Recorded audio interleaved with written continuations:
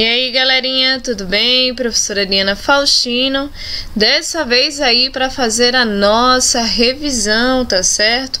Revisão de geografia. Então, oitavo ano, se liga aí nos assuntos, tá? Os assuntos correspondentes aí à nossa verificação de aprendizagem corresponde aos conceitos de território e nação, tá certo?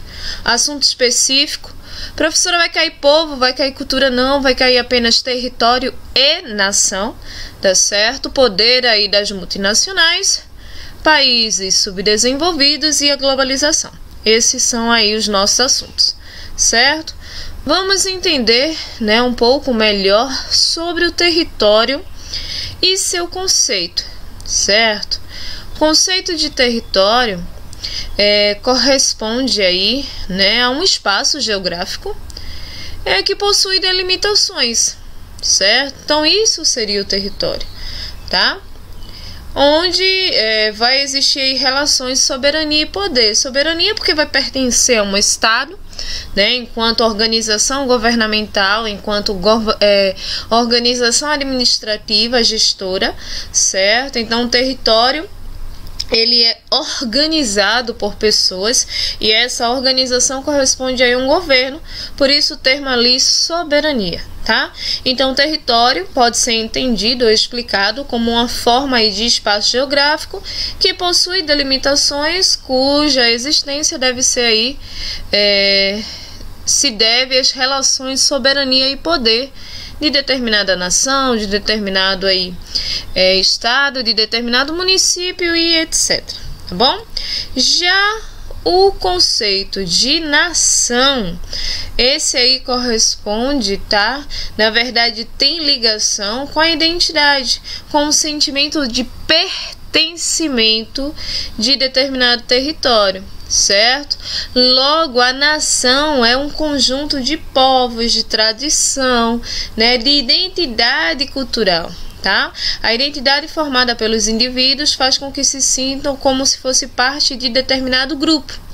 Grupo brasileiro, grupo japonês, grupo, enfim, isso é o que corresponde a uma nação, tá? Então, território seria o espaço físico delimitado aí por fronteiras, limites e fronteiras, né? Onde há uma relação de soberania e poder. Já a nação tem que ter aí esse espaço físico, né, que seria o território para poder sobreviver. Isso não é uma obrigatoriedade, mas na teoria deveria ser assim, tá? As nações elas deveriam ter um território para poder seu povo exercer a sua cultura, exercer aí o seu sentimento de pertencimento, tá bom?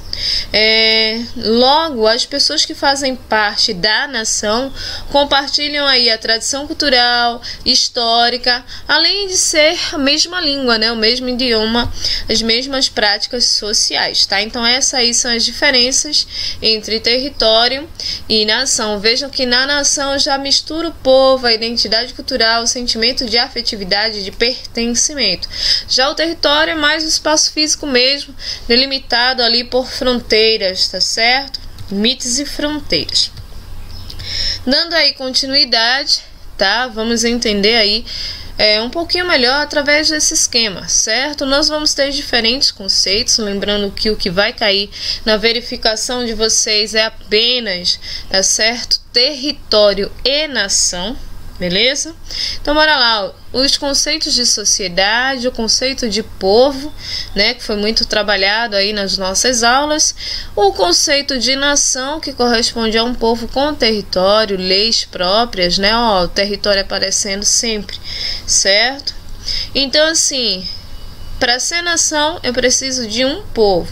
Território é apenas o espaço físico, tá certo? O chão delimitado pertencente aí a um país, a um estado, beleza? A nação está relacionada ao aspecto aí, tá? Ao aspecto povo, cultura, pertencimento. Ok? Dando uma certa continuidade ao nosso conteúdo, vamos falar sobre elas, e elas que foram tantas vezes aí faladas. Esse assunto foi muito tocado, né? O poder das multinacionais. multinacionais.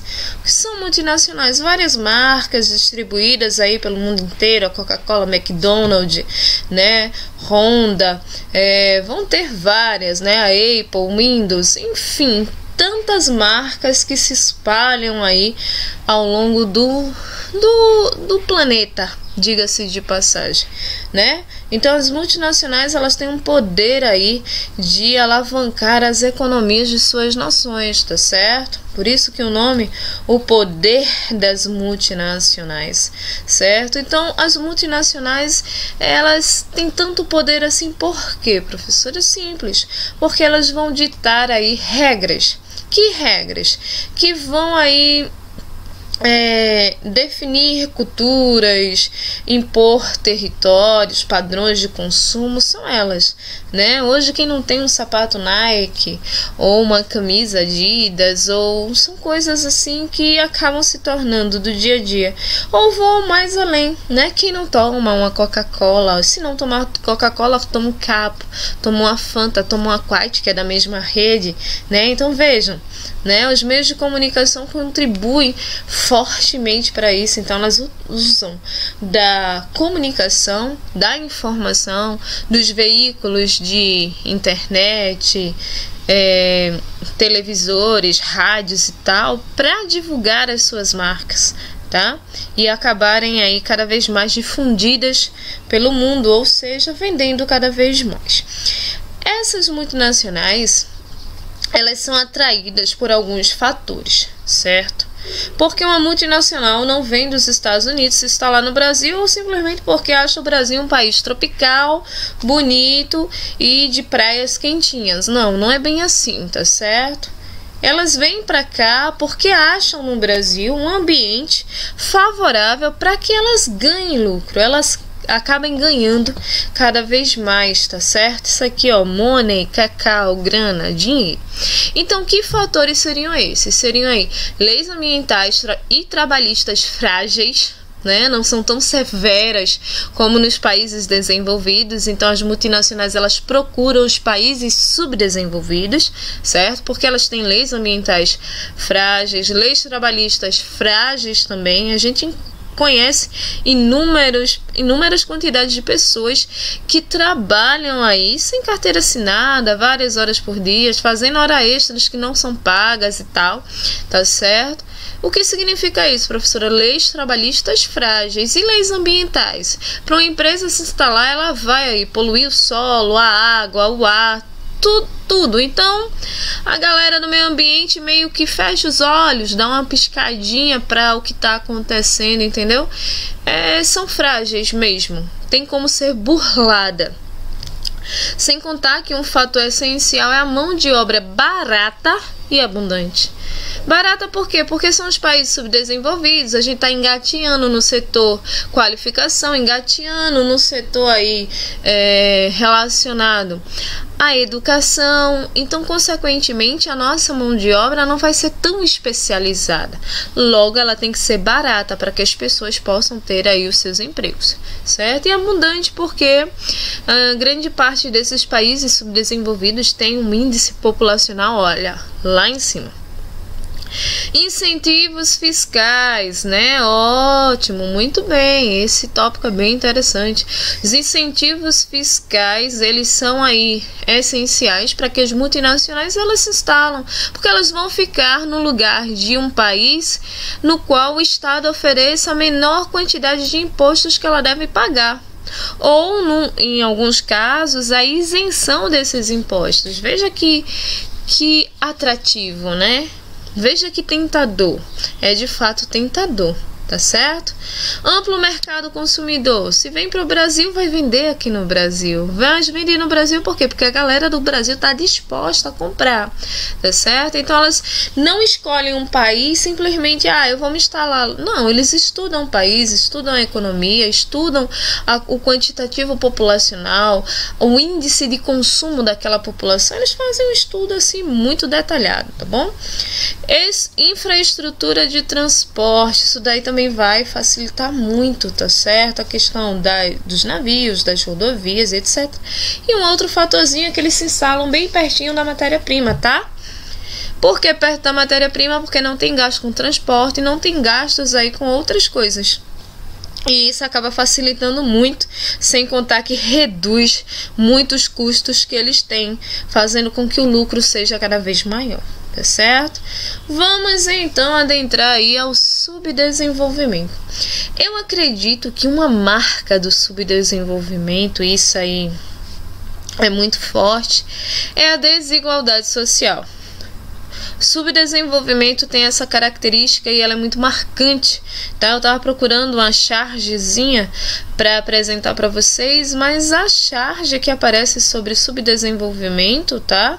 São charges relacionadas à desigualdade social, à fome, à miserabilidade, né? Então esses fatores, eles são fatores que são negativos e são muito marcantes em países subdesenvolvidos.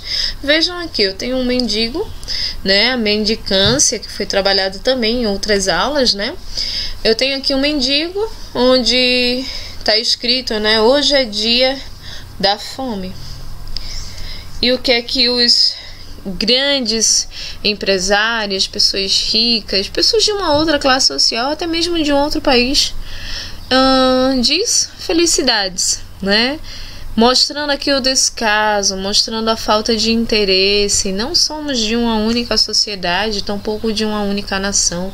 Vivemos em mundos diferentes, né? Essa é a ideia do subdesenvolvimento. Ele traz uma desigualdade social muito acentuada, bem mais acentuada do que acontece nos países desenvolvidos. Professora, quer dizer então que lá no Canadá, lá na Noruega, existem pessoas pobres? Com toda certeza. Pobres e ricos existem em todos os lugares do mundo, certo?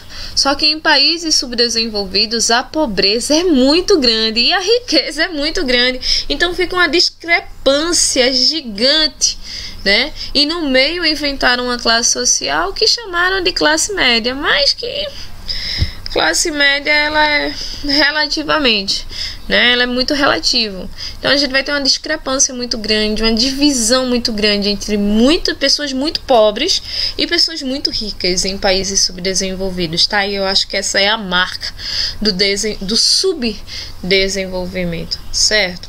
Para entender subdesenvolvimento, eu tenho primeiro, né, comparar aí com o desenvolvimento, certo? Então o desenvolvimento, ele vai possuir aí, ó, elevada renda per capita, elevada renda por pessoa, tá? Ele também vai possuir um elevado padrão de vida, porque as pessoas têm uma alta renda, ganham bem, consequentemente tem um padrão de vida alto, tá? Alto desenvolvimento tecnológico, certo? Porque um país que se preza, um país desenvolvido, ele vai investir pesado em ciência e tecnologia, e uma rede forte aí de empresas transnacionais que se instalam em outros países, em países emergentes e subdesenvolvidos, tá bom? Países emergentes, vejam aqui, ó, que eles são muitíssimos parecidos, tá? O emergente está com o pé no desenvolvimento, mas para chegar no desenvolvimento, senhores, demora muito. Professor, o que vai cair? Vai cair países desenvolvidos, emergentes, subdesenvolvidos? É bom vocês saberem as características de cada um deles, porque se vier uma questão fazendo uma comparação, né, entre um país subdesenvolvido e um desenvolvido, você já está aí, ó, afiadíssimo, tá certo? Países emergentes, baixa renda por pessoa, ó, baixo padrão de vida, igualzinho no país subdesenvolvido, tá? Desenvolvimento tecnológico mediano, tá? Mas não conseguem atingir aí o alto desenvolvimento oferecido pelos países desenvolvidos. E presença de indústrias, né? Já os países subdesenvolvidos, esses vão apresentar uma desigualdade social ainda bem mais forte, certo? Baixa renda por pessoa, baixos salários, digamos assim, baixo padrão de vida porque tem pouco dinheiro para pagar, então consequentemente o padrão de vida vai ser baixo. Grande dependência tecnológica, precisamos de coisas de outros lugares, certo? De outros países, principalmente países desenvolvidos.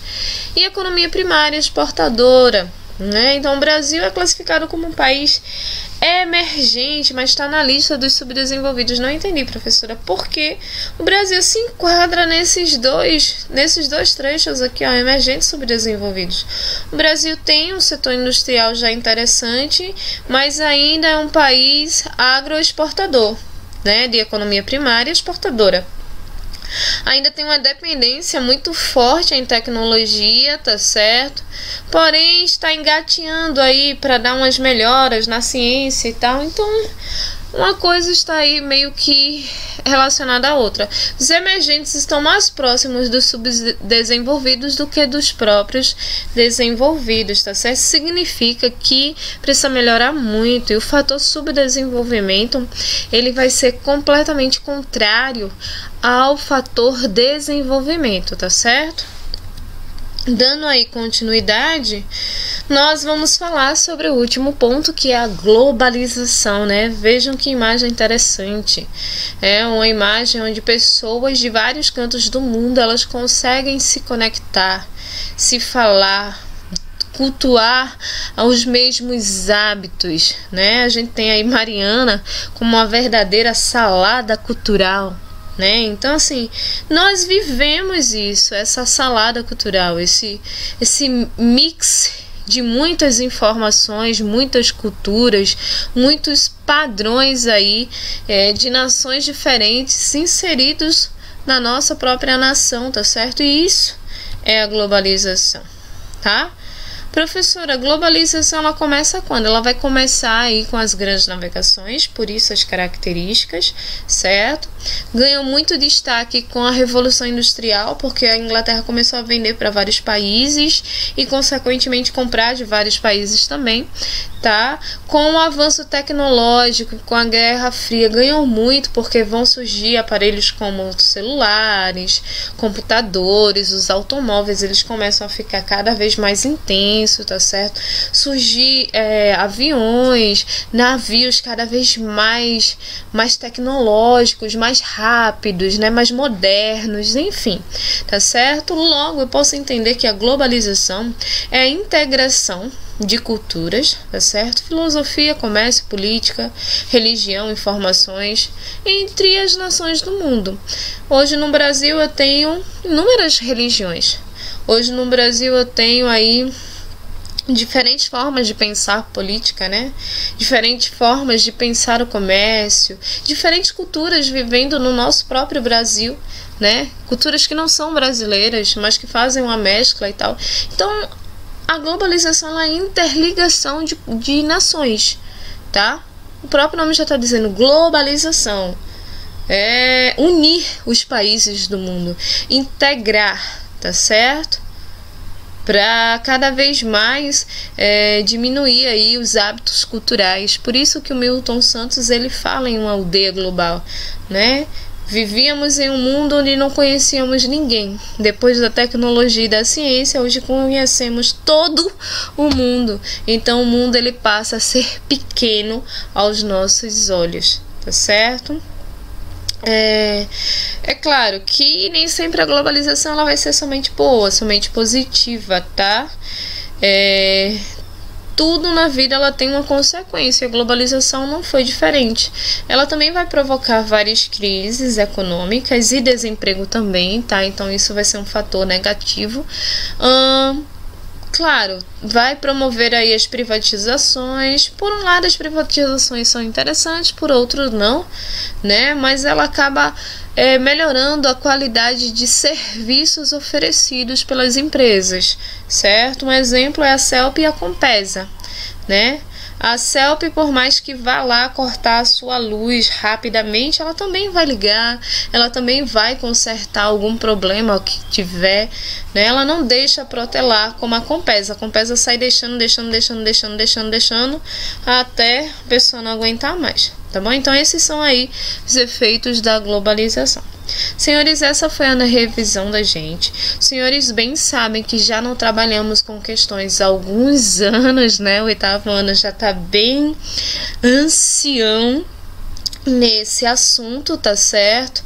Em termos de estudar por tópicos. Então, o que é que vocês vão fazer? Vocês vão fazer aquela anotação pessoal de vocês, dizendo o que é globalização, o que é subdesenvolvimento, quais as características, qual o conceito de território, qual o conceito aí de nação, fazer o cruzamento entre eles. Essas anotações de vocês, elas são importantíssimas, porque vai fazendo com que o cérebro registre de fato aquilo que você aprendeu e não apenas escuta, beleza? Por essa razão eu não estou passando aqui questões e resolvendo-as. Isso aí já fizemos nas aulas passadas, tá bom? Para vocês aí um beijão, fiquem com Deus e até a próxima. Tchauzinho!